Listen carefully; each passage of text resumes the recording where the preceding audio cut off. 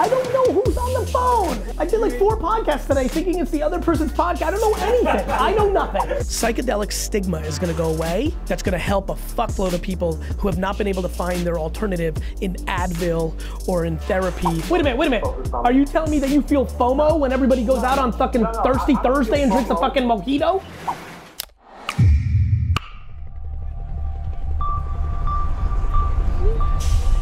Maybe you don't belong here. You still live at home with your parents? You didn't even go to college. You would be so pretty if you just lost 10 pounds. Are you sure that's gonna work? You'll never succeed. You weren't gonna be successful anyway. Just like blocking out the noise in the chaos of Times Square, you need to block out the noise of the judgment. Your mother, your father, the cynicism, block it out. You can't hear it. Do you understand? You can't fucking hear it. If you do not love losing, you lost. I feel I can't lose.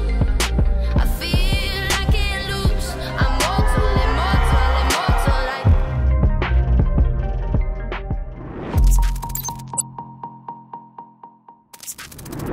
Hey guys, Monday in the Long Island City Long Island City office, about to do this meeting with a big executive from a big Fortune 500 food company. Just fucking grinding, excited, kick it off, here we go. What is this, 9? 8. 8. Baby, I'm a fool. Baby, I'm a fool for you. I'm fascinated by the whole psychedelic thing. Oh, that's so obvious to me. Like the whole Aubrey and Ferris and all that circles. What I can tell is that the psychedelics are only repressed because of stigma. No. I mean, I don't drink. I don't I've do never any even drugs. smoked a cigarette. Like I'm super weird, You drink? but yeah, I drink wine. But I've been drunk like 5 times. I'm completely sober, and Yeah. I love that, but I still love that thing. Yeah, me too, because I don't have feelings and opinions when it comes to business. Would you do them? I probably wouldn't, because my mom Nancy Reagan me out too much. It's a framework for me. But I'll say this, I'll never say never. Like, I'm willing to do whatever the fuck I need to do at any point. It's just not in my framework. On the flip side, I'm also way too grateful and thankful of my mental happiness, and I would be lying if I didn't tell you that I'd be scared to alter something, or, you know, a lot of people do it because it finds a dimension that works for them. I'm like, my current state is working for me. I don't want to open up something and be like, oh fuck, Yeah, and it like, ain't you know, broke. yeah, like don't fix, but if I wasn't mentally happy, I'm open for everything. Everything's in play. Have you heard of MDMA therapy? No. I think it's awesome. Tucker Max has told, he's one of our investors. Yep. Because I go to therapy and I used to take antidepressants. He was like, dude, do this. I've been on this medication for years and I did this thing. I feel way better. Anything that helps people get off medication is something intuitively in my gut.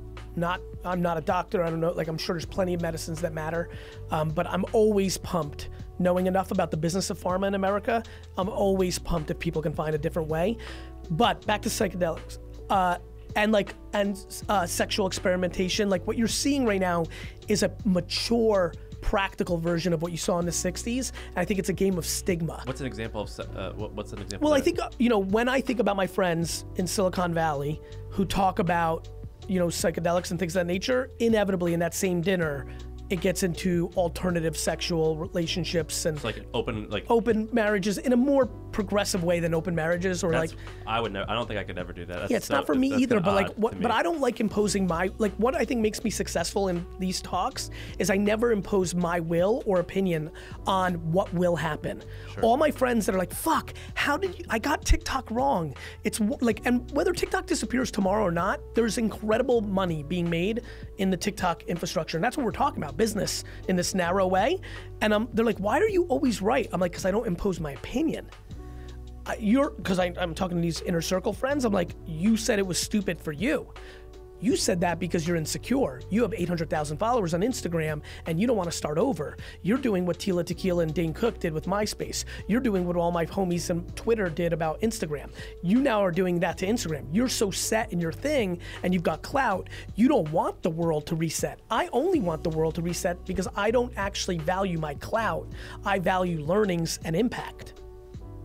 It's a huge deal. So if it helps. psychedelics, real quick to finish this off and then jump in with your helps. Psychedelic stigma is gonna go away, which is then gonna make people feel comfortable to do it. And I have a very deep intuitive feeling that it is the medicine, or whatever the fuck you wanna call it, that's gonna help a fuckload of people who have not been able to find their alternative in Advil or in therapy or in much harder core medicine, and that excites the shit out of me. I want way more happiness in the world. The cash came, I ain't tripping on a past flame. Even if they were dimes, how many tens want my last name? Is this the rap game or high school politics? Boss could be on Maury cause they got a little pop in it. Before I show up, that's when the deposit hits. You only want me now. That's what I have problems. I believe I'm building the reverse of the modern private equity firm.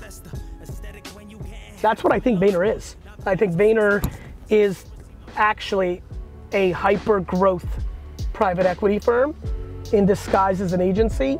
My original plan was to convert the whole thing into it. The economy never collapsed and I was fully leveraged into Facebook and other things I believed in long term. So what's ended up happening now is when that day comes, when the market collapses and I can buy things for normal prices that were over leveraged, I'll go on to become the CEO of Puma when I buy it, or SodaStream, or OP, or Pete's Coffee chain. And then now the company will last with management and be the sister company, but I'll take the 40 to 50 top talents and bring them to a modern private equity firm. I don't think anybody can take any business and create hyper growth the way that I can at scale once this is complete. Please just let me feel alive, let me feel alive. Please just let me feel alive, Just let me feel alive. Some things will not change.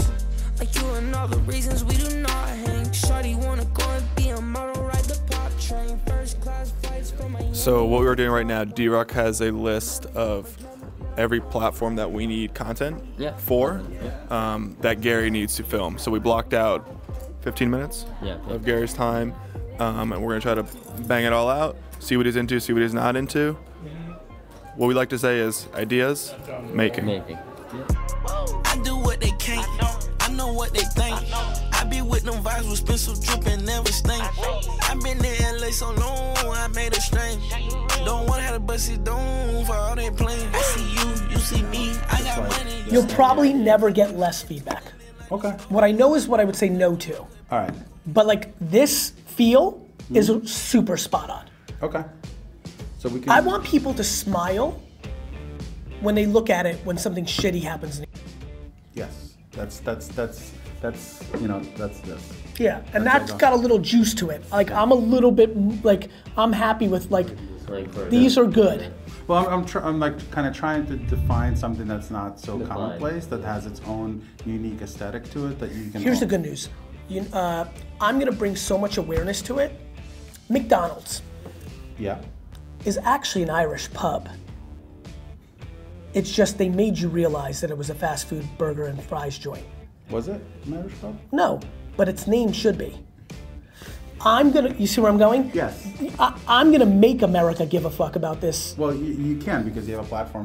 I know what I'm doing. Because like that's like one of the things. And here's the good news. About this is where I'm great as a client. You know what you're doing. Yeah. The end. That sounds awesome. You're gonna make it. Because like I know what I'm good at, but I'm all because but if we're spending McDonald's. But if we're spending your money. McDonald's. Okay. McDonald's name is an Irish pub. That's not how America knows awesome. it, right? Yeah. What the fuck is McDonald's? It's McDonald's. You actually I was actually thinking like, is that true? Like, did I see that? Right, but like movie? its name. If we were sitting here today and said we're starting a fast food joint, and I said and you said McDonald's, any logical person would be like, why are you naming it? After the bar. That's right, as an Irish thing. Like to me, I'll make them care. I know you do what you do better than me. I don't need that subjectiveness. I just need the general frame. I gotta run. Real pleasure. Thanks, Gary. That was really Watch good to the meet you. Hey guys, this is Katie. What you're about to see is Damon John on the Gary Vee audio experience, and it's a smaller part of a longer conversation with a young entrepreneur. So let's hit it. I gotcha. People don't know how to save anymore. Yeah, that's always the hard part. And you know, even back in college, every little paycheck that I got, saving, and You know, I'm building up. You know what's happening? You know what's happening right now? This is where you're getting caught, I think. Tell me if I'm wrong. Yeah. The fact that you're not paying rent and saving is allowing you to spend money on a couple things that you wouldn't have, and that's where the cycle's playing. No, honestly, not really. I feel like the only expenses that I have right now is just food, and you know, my commute, like my train ticket, and that's really it. I really. Good. Know, like, I believe you. I believe you. Then I would say for happiness, instead of this happening in 11 years, let it happen in 14 years by moving an hour and a half out. Yeah, and Gary, one more thing, you know, and this is also kind of like with my job and stuff like that. You know, I feel like it's just a lot of people who like don't care about saving and just you know every other day just going out for drinks and stuff like that. Who gives a fuck? Their life has nothing. Who gives a fuck? Right. That's good. I like when everybody else is doing dumb shit. That means I'm about to win. Gotcha. So pretty much. What do you feel? Wait a minute. Are you telling me that you feel FOMO when everybody goes out on fucking Thirsty Thursday and drinks a fucking mojito? No, I don't feel FOMO, but I just feel like it's people who aren't focused. Like I'm focused, and they don't have the same goal. Bro, let me tell you something really good. Don't judge anyone. Okay. You see where I'm going? I'm watching a lot of judgment come. Now I'm starting to spend some time with you. Like if we were having a 4-hour dinner as homies, I'd be like, bro, stop judging people. He's gonna judge you after you you know, but like, you see where I'm going though, bro? I got nothing but love. Yeah, no, I see. And I got love for you too. Like honestly, be empathetic. Like be grateful that you're not in a like when I talk, I hate, you know, I've been trying to tell people I don't have advice. I'm like every other human. We're animals that like to share hypotheses, opinions, our hot takes. But like don't judge them. Yeah. And don't envy them. I hate when people are like, damn, yeah, because his dad's paying for his shit. He gets to go to the club. And deep down, he fucking thinks he's a loser because his dad's paying for everything. Next. Like, oh damn, they're just buying those drinks or those clothes to fit in. Don't judge them, feel bad for them that their whole life is about other people's fucking acceptance, so they have to fucking ruin their own lives just so everybody thinks they're cool. I think you're spending a lot of time on judgment.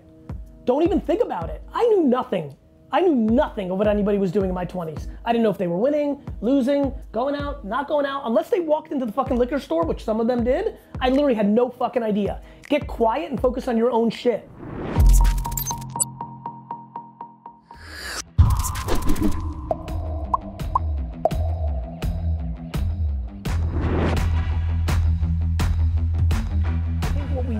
As an organization fully understand, and it would be a huge miss with me being an owner and not making this religion, and we can have a separate meeting on this. I still think it probably makes sense for everybody in comms and media to come and spend a full day with my team. I have zero one man's point of view. I trust you guys, but this is powerful to me. Zero interest in posting anything organic, meaning I'll take it. But we must assume that nothing that we post organic is a driver of what we want to happen. So if we create this, if we're spending the money and time and effort to capture the content, to think our Mother Day's content is gonna mean something in Twitter is a humongous miss. We need to have a deep conversation of like how we're gonna spend that $84 on Facebook against 40 to 60-year-old women in Minnesota with that mother's. We have to be that organization. It would just. I'm really surprised to hear you say that. Please. Can you explain a little more about like yes. how that marries up with the 100 pieces of content per day kind of a yes. thing? I want to run $5 ad spends on 80 pieces of content a day. We're in a really good spot because we have the ability to absolutely have 20 pieces of content, you know, organic on Twitter that is so on par with the culture that we're reinforcing. But I think we have to have a strategy around how we're broadening or amplifying towards objectives. And I think you'd be stunned, back to the smile I had of like $25 in ad spend is pretty powerful. I'll give you an example. I know that we can run $250 on Instagram story ads in Minnesota with a Instagram overlay sticker of a poll or a question that will probably give us more insights than every single thing we've done so far on social. So I think what this leads me to, the last meeting we had and now the one we're having now, I think we need to think about the team coming to New York and spending a full day with my team, so that we can do this, and then you guys can filter and say, we like this. Hey, we don't love this as much. Let's have that combo. Yeah. No, I think So that's where I'm going with that. yeah. Let's do it. I just want to make sure that every dollar we spend in media to make something happen goes through a Vayner test, me or my scale team, because nobody, like, that is my legacy. Like, my legacy is Wine Library really had no money. Like, me building my fame. Like, it's no money in comparison to impact. I want to make sure that we're a scrappy org. I want to be great at it. And I think we have the permission to be great at it. And I think I'm uniquely, you know, without hyperbole, great at it. Or like, so I want to at least transfer that in the best way we can. Like TikTok. We're in the alpha program, beta program. It's 1 cent views. Like let's be the team that has that, you know, we're gonna talk about it, but there's gonna be 14 objectives at $bucks, right? So like then synthesizing and saying, you know what? Disproportionately winning on TikTok is perception is reality in a new thing, which is gonna help us get Target or Best Buy, because when they see that we have 500,000 followers on TikTok, that's gonna be the new clout, and they're like, whoa, helps us get 100K, which then helps us spend 8,000 a month. See where I'm going? The blueprint.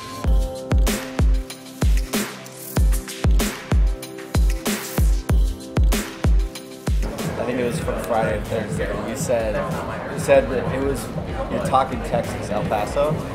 It was when you were like, the greatest advice I could ever give someone is do what I do. I believe in that shit. It's true, because I'm scared to be wrong. You know, people see so much from me, I'm always talking, but I don't talk about a lot of stuff. I'm narrow and deep. I'm definitely consistent because I'm narrow. And all I'm trying to do is try shit. Like, the reason I can be right about Snap or TikTok when they pop is because I'm already doing, and I've seen that something happens there. Whether they last for 20 years or 1 year is irrelevant. It's, do you know what the fuck is happening right now? Everyone's like, Gary, let's see if TikTok is real. I'm like, no, it's already real. What you're asking is, like, Seinfeld was real. That was 7 seasons. SNL is real for 30 seasons. I would argue Empire was real for 2.5 seasons. Like, no, there is no let's see if TikTok was real. TikTok's real. It happened. You're saying, will it be like Vine and go away after 3 years, or will it be like Facebook and have a 20-year run? It's irrelevant, because tons of people extracted enormous value, success, happiness, and other things from Vine in its 2 years. Like Charli D'Amelio, TikTok's real for her, forever. And whilst everybody else is waiting to see if it's around for 4 years before they jump in. That shit.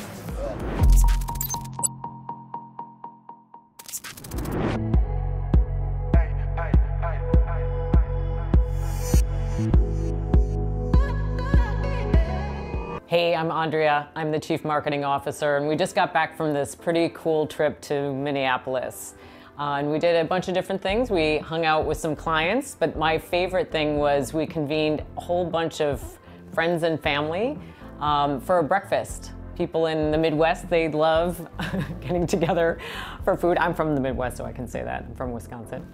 But yeah, a lot of what we're doing now is we're trying to really capitalize on the time that Gary has as he's traveling around the country or the world and make the most of it. And so in addition to having just kind of one-off meetings, we try to go out and look for people that are, you know, part of his fan base or different potential, you know, business partners that we want to have conversations with.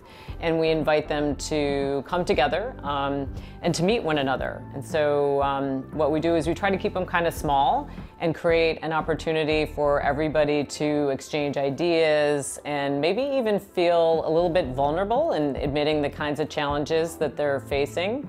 Could be, you know, in their roles, it could be something that's more personal. And the great thing is that Gary really sets the tone for that in a way that I personally have never seen before in my career. So he kicks things off by welcoming everybody and asking them to join in one conversation. So we might have 12 people or even up to 20 people around a table, and we ask that everybody just engages in this one single conversation. So don't break off and have a discussion with your neighbor, but rather we tee it up with you know, something that can be highly engaging, maybe a little provocative, and then people chime on in, and it's almost a sport. Surprise, surprise, Gary's always turning everything into a sport. But people, we get a lot of great reactions, and we get to know people really quickly that way. And I think people meet one another in a way that's a bit more memorable, and they meet more people rather than just the ones that you're sitting next to at any kind of a marketing or networking event. And so we're trying to do these things across the country and around the world. So hoping to see some of you guys out there at some of our upcoming events. I also think it's the internet. This is the internet. Meaning, like, I would pay $2.99 a month for the Jets for just Jets TV. Like, the long tail of this is quite long. You know, like, I think Google is really working on the most interesting part to this, which is the balloons in outer space to give everyone free internet is the biggest thing that's looming that can change shit.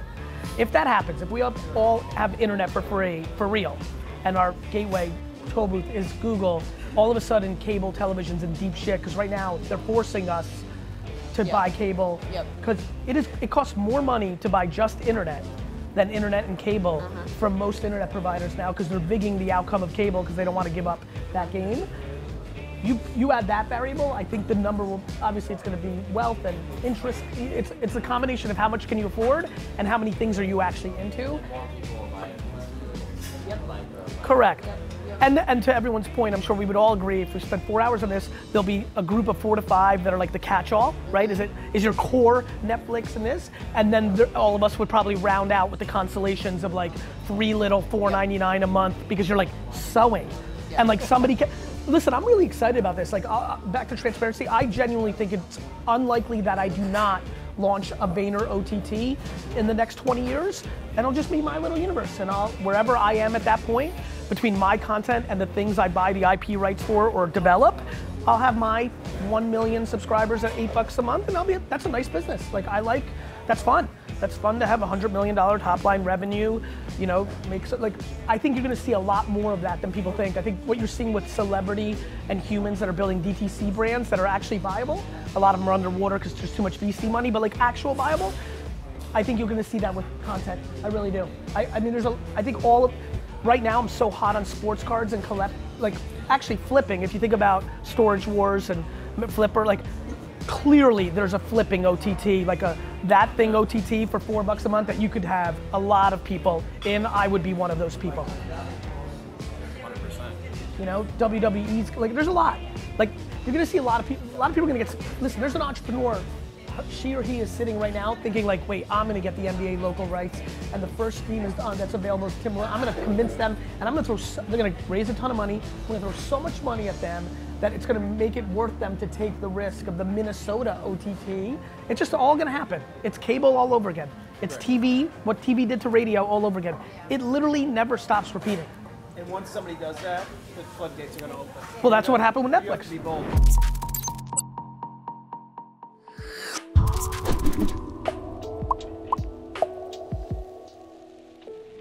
What people don't realize of what I'm actually doing is I'm actually building what I think is the next version of private equity, which is VaynerMedia's infrastructure is built to buy businesses but hyper grow them. Whereas what you're walking into, those are financial engineers. Right. Those are finance people. Yeah. I'm business growth. So when you buy Puma, because you're wealthy enough in 9 years and the economy collapses and they were so over leveraged you can buy it for 400 million instead of 8 billion, that's really my goal. That's my path to the Jets. Build this in this chapter, wait for the world to melt, buy Jan Sport or Puma or Pete's Coffee Chain or PC Richards, some sort of brand, become the CEO of that, buy something that today is 5 billion for 800 million, and then flip it for 11 billion because I'm great at that. Right. And then be 61 and buy the Jets and start winning Super Bowls. I love it. I love it. And I love that you will it into existence. I really think it's gonna happen. And what's fun is like by that point we'll know each other for 33 years, and like just the stories, right? You're like, this fucking, like it'll be like, he really fucking has been saying it for 30 years. 100%.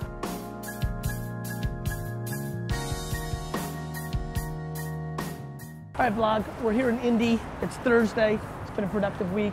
Been very Midwest kind of week. Minnesota a couple days ago. Got into Indy yesterday. Did a bunch of meetings for Vayner Sports. It's the Combine today. It's a big night. 5 of our kids are performing. Prime time for the Combine now. Football's become a 12-month sport where people want to watch kids prep for the draft on primetime TV. We're going into a very big Vayner Sports meeting now where we're laying out our strategy, post-mortem of this draft class, strategy for the upcoming draft. We got some free agents. We're fucking busy. AJ's super busy. And I'm obviously got my hands in a lot of cookie jars. I like cookie jars.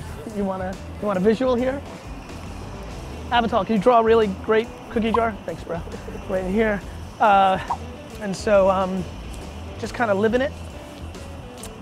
And I just realized I got to post on Instagram right now. I'm behind. So, I'm going to do that. Yep, because I'm 30 minutes behind on the gram.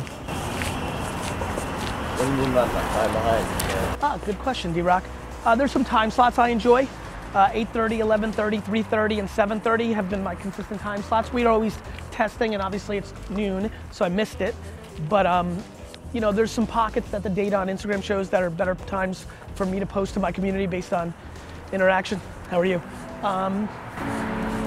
So that's what I need right now.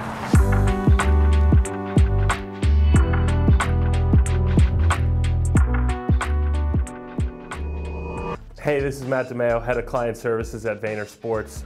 Been working with Gary and AJ for about 8 to 9 years now. I've served in quite a few different roles, including Gary's admin for about 2.5 years. Now with Vayner Sports, been here for about 2 or 3 years, and just kind of helping the clients and agents whatever they need. I'm here to support the whole team. And while we were down in Indy, we were basically doing that.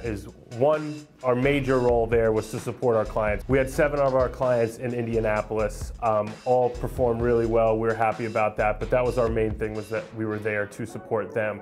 And on top of that, kind of the whole football NFL world surrounds around Indianapolis for the Combine. So our agents are meeting with teams, our marketing team is meeting with brands. I'm meeting with anybody who could possibly help me with any of our clients if there's anything that they're looking for, looking to get done. So it's a who's who down in Indianapolis, and we're trying to meet with everybody and just kind of grow those relationships. I just want to say hello. What's up, bro? Big fan. Thank you, my man. Yeah, I got your text. You did the text. Thank you so much, man. Yeah, I'm about to send one in a little bit. What's your name? Chris. Chris. Yeah, I really appreciate that. What do you do, bro? I'm a web advisor. Good for you. I work with professional athletes. That's what's up. Send me an email to Gary at VaynerMedia. I'll connect you with my brother, and maybe we do some business together with Vayner Sports. Yeah, I'd love to. Yeah, it's Gary at VaynerMedia. Gary at VaynerMedia. Yeah, or Vayner Sports. They both work. All right. Nice to meet you. Thanks for saying what's up. Yeah. Just like fucking nice. People say hello, you say hello. Good intent, look for opportunities. If you don't ask, you don't get. If you don't come in too hot. If you're the person on the receiving end, you don't be a fucking dick and you think you're somebody. You know how many of you fucking got 100,000 followers or a blue fucking check and decided you are somebody? What the fuck are you? Be nice.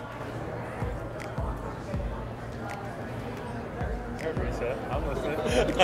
I'm always. Mayo's nice in his own way. I'm always listening. This is my guy right here. I wish the vlog was around back then. You would know exactly how tight I am with this guy. Oh shit, you're right. Do a little fucking recall right there. Boom. Can somebody get me DeMeo? Little Lou, get me DeMeo. Matt, tell the Vayner Nation how. What's up, world? How you doing? What's up, family? Man, on this mission. I know. Yeah, you know, on this mission. I had to come through for this. Yes, sir. Man, going great. Got those tight braids for the Combine. Man, Super tight. You already know. Super tight. T-Rock, take this photo. We're gonna get this man some serious followers for his Combine right now. Grab my phone, or you can use your phone. That's awesome. Nice to meet you, sir. Yeah, absolutely, man. Looks good. What you do, man. Thank you. Trying. I was asking Brian. I was like, man, what's his What's his sleep schedule like? It's pretty good, actually. Good, yeah, I get my 6 or 7. It's just that I fucking destroy the other 18 that I'm awake. Yeah, that's the way to do it. Love it, man. I also destroy sleeping. I fucking never. You could break into my house and punch me in the face and I don't wake up. But I tell you, man, the debt of gratitude that I owe you, it's gonna be hard. I have 2 sons. They're millennials. They're coming along. I'm a great millennial dad. I'm cool with it. I love it. I love that I'm materialistic. I love that they just trying to live their best. I love it. But damn, it's slow to turn them around and bring them around, right? I have so much content. I have a catalog. I have all of this. If I leave this world today, I will have greater peace because my sons have all of that. To hear that, tell them how to get there. You know? 100%. And that's what I owe you, man. Thank you so much for that, I sir. can't thank you enough, dude. I'm glad you see that. This is the game, dude. I know what the game is. Yeah, you do. Thank you. I appreciate it. Thank you so much, Thank my you so friend. much, man. Thank you so much. I'm so glad we met. What that gentleman understands is that for all the shit we're talking about, his, apex moment was understanding that when you document and you share, the people who you most care about, your family, get the blueprint. They get your thoughts. They get your legacy. So many people have lived lives where they wanted to instill wisdom and their truth and who they were to their family and didn't have the luxury of modern technology and the internet. My great-great-great-grandkids are watching this right now. It happens to be 220 years from now, but it's real. And so that young man who looked like a fucking linebacker understood that, and that's why he's happy. And that is what the context of this was, which is if you get nothing in the short-term accomplishments you're looking for from the content you put out on the internet, you are leaving your legacy for a blueprint and a relationship with your family forever. Maybe, yeah, I think people are insecure, and I think when you hide metrics, it helps people because they're all pandering for metrics.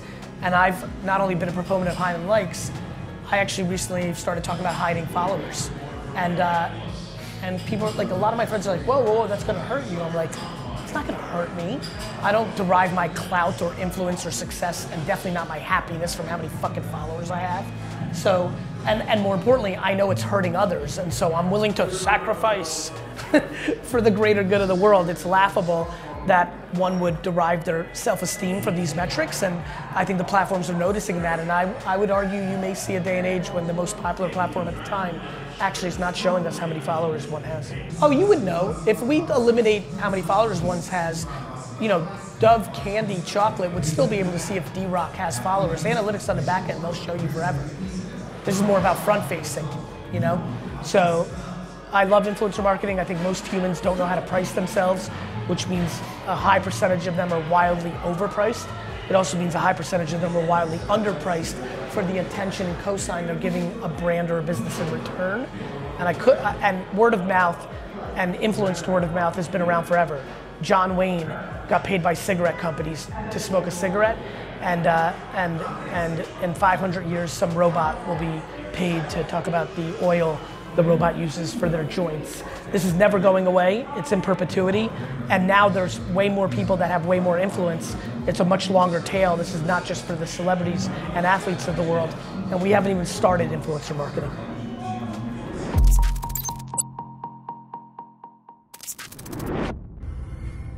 Flew from Indy at the Combine to LA. There's D-Rock, there's Mike.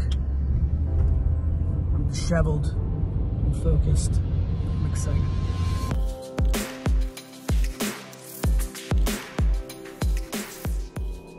What's up, everybody? My name is Payman. I'm one of the co-founders of Mad Happy, a brand based here in LA. We talk about all things positivity, optimism, and mental health. Got a chance to kick it with Gary last week to chat a little bit about a project we're working on, more details to come on that soon, and also got him on an episode of our upcoming podcast to talk all things mental health and how we can deal with that in today's world. And what would your takeaway be to a kid that is 20 years old right now and trying to navigate in this world, right? Just practical things that they can implement right away. The first thing that excites me that's been really interesting to watch is, you're actually in control. So like that's been very empowering. I think we are teaching so many people like, you need to be medicated, you need to be diagnosed, you need my help, we're gonna handhold you. Like, listen, there are some people that are born with real illnesses where medication, these are chemicals. Sure. But one thing that I've been one thing I definitely wanna say to a lot of kids right now is like, hey, you're way more in control than you think. A, on how you see the world. B, on how much you value other people's judgments. C, on how you want to navigate the next 85 years of your life. I don't give a shit in a good way. I'm even gonna start changing terminology. These are important moments. It's okay that the first 20 years didn't go the way you wanted. You have 80 more. Like it's optimistic. Yeah. And like, so A, if you realize the government, your parents, the way the dice rolled don't control you, you control you. Like just even knowing that to be true. People talk about, oh, the awareness around mental health has helped. How about the awareness of you're actually more in control than you think? I think one of the terrible things that's happening in America politically is we're tearing apart left, right, and we keep going further and further, which leads to this really difficult place where you're choosing between being accountable, being a horrible person, or being a great person but not being accountable at all, and that's bad. Yeah. I'd like to see us get a little bit more mixed here. And so, you know, hey, like, you're in control. You're in control. And I mean that. You paint your narrative, right? You go 0 for 4 in a baseball game, you get to decide if you say, I fucking suck, or there's clearly something I'm missing. Let me go adjust that. Like, it's so empowering to know that nobody else is in control. It makes it so happy. Yeah. Like, and I'm definitely, that's why I'm so worried about like the separation of what I just said, because it's leading to a lot of people in their youth thinking somebody has some magical control over them. Like, to me, the punchline of that is, if you think America has too much control over you, good news. Don't cry. A, vote. B, move to Sweden. But it's an interesting sentence. Yeah. Because what we're doing is we're keyboard warring and crying at Starbucks with our $6 coffee when we could, you know how many kids are not gonna vote? You know how many kids are not gonna move to Canada that they love so much? It's kind of like, you know, however you want to say it. You want to say it raw, old school, like shut the fuck up and do something about it. You want to say it new school, which is like, hey, you're empowered. I don't give a shit how you want to say it. Yeah. Life is fucking amazing when you fucking grab it. And I really think a lot of kids right now can grab it in a way they can't. This internet thing is crazy. Like, you should be the most optimistic generation of all time. You have the internet. Like, when I was a kid, they cared about what college you went to.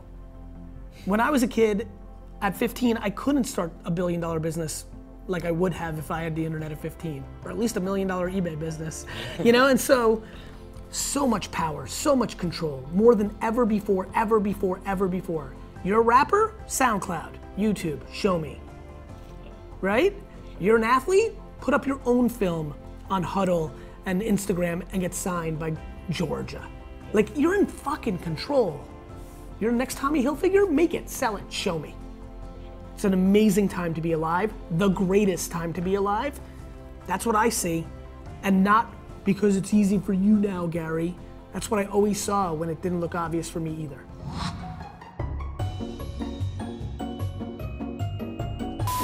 Hey, man. This is Gary. Gary, I like that name. Yeah, he's the third. That's what's up, man. So this is the most Garys in one spot that I've seen in a minute. I know. 3 Garys in one spot, I'm like, shook. Yeah, it's his first combine. And that's the big thing, is I think that through building out these hosts and all this different content that we can clearly... Sorry. Just testing him out. He's on it. He's on it. I like this guy over here.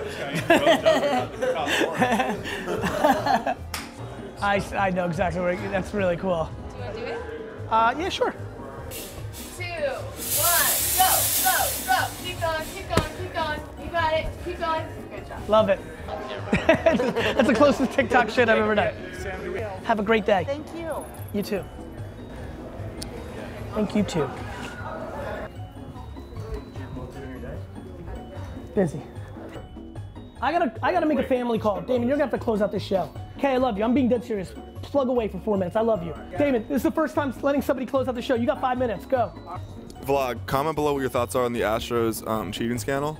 And yeah. Comment below on the fake news being spread about the Astros. Thank you. What? I don't even know. I don't know who's on the phone. I did like 4 podcasts today thinking it's the other person's podcast. I don't know anything. I know nothing. It's a little basketball action. Michael Boyd's about to shoot from range. We have a triple content capture here. Give us a shot, Mike. Oh, just off back iron. We're gonna reload and shoot again. All right, money in the bank. You didn't even go to college. Oh my God, I'm so sorry to whoever's listening. I'm so sorry. I apologize. I feel so bad. I'm not mean. I'm not mean. Whatever you want to do, I encourage you. Jason's making me be mean. Now heading to the office, living that California sunshine, Friday afternoon vlog life. Yeah, the cash came. I ain't tripping on a past flame. Even if they were dimes, how many tens?